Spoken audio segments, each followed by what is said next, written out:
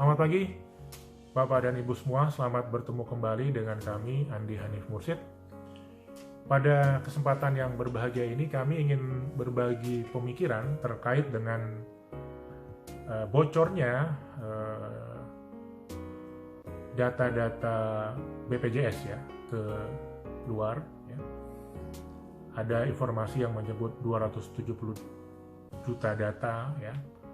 Ada yang menyebut yang lain lagi ya.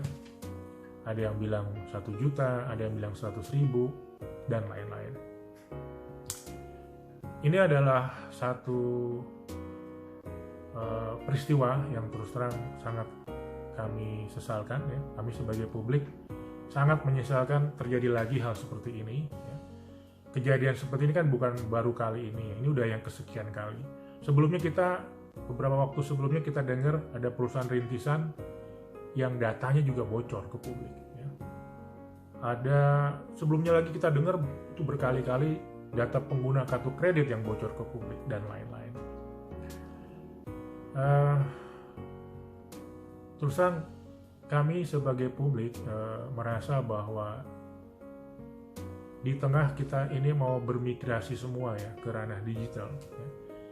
Kejadian bocornya data-data pribadi pengguna, ya, data-data pribadi orang itu sebenarnya sebuah hal yang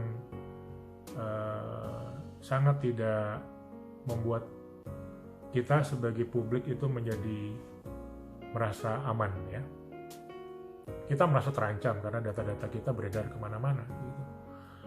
Dan ini adalah dampak konkret dari transformasi digital ya. Jadi transformasi digital itu salah satunya memang yang bahaya itu adalah munculnya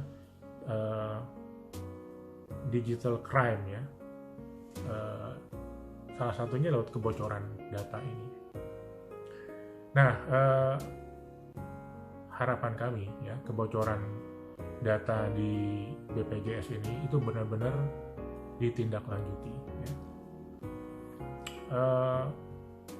Ditindaklanjuti oleh semua pemangku kepentingan ya, oleh pemerintah, oleh Menkominfo ya, bahkan oleh aparat keamanan. Ini harus benar-benar diusut ya.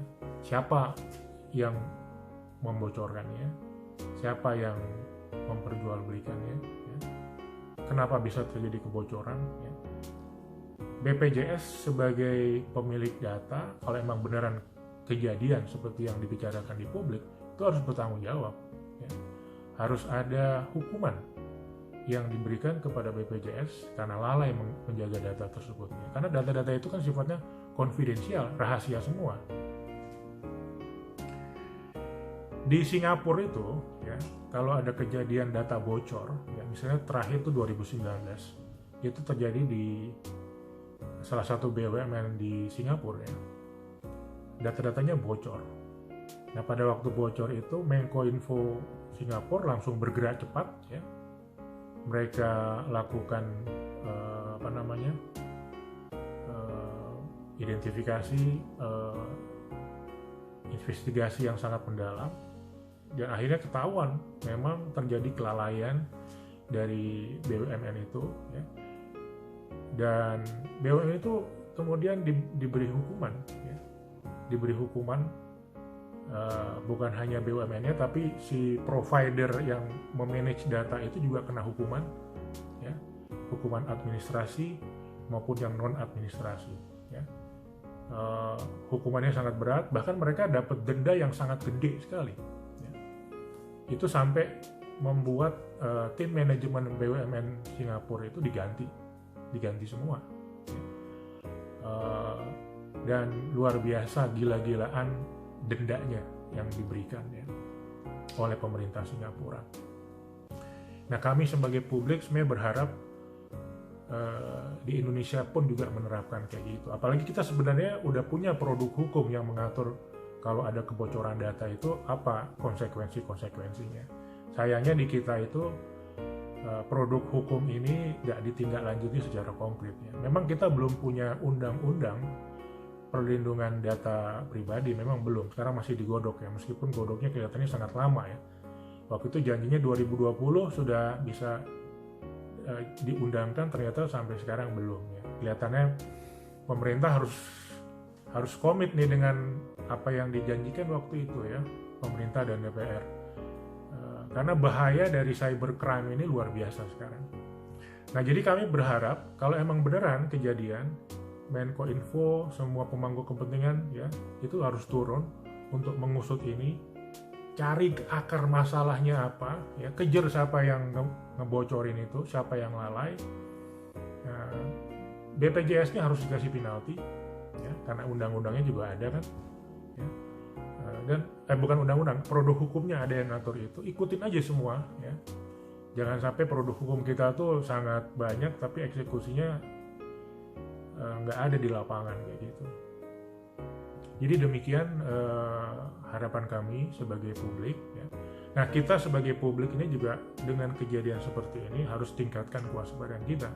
Karena banyak pihak juga yang menyampaikan bahwa kebocoran ini bisa saja bukan hanya terjadi di BPJS ya, bisa terjadi di banyak lembaga yang punya data mengenai publik. Jadi kita harus tingkatkan kewaspadaan kita berkali-kali lipat dengan kejadian ini ya.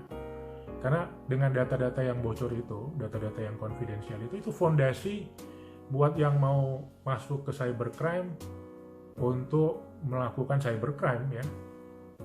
Misalnya dia dengan data-data yang bocor itu bisa fondasi awal buat mereka untuk bisa pelan-pelan mengakses data-data keuangan kita ya, mengakses mobile banking kita misalnya ya, dan lain-lain ya. Banyak sekali kemungkinan. Jadi pastikan kita tingkatkan security dari semua data dan informasi yang kita punya ya, di mobile banking kita, di lain-lain misalnya, di berbagai sosial media kita dan sebagainya ya, karena kalau nggak seperti itu dengan mudah data kita itu diretas. Jadi kurang lebih demikian Bapak Ibu pemikiran kami sebagai publik ya. Pemikiran ini ingin kami sampaikan kepada para semua pemangku kepentingan ya, terutama pemerintah,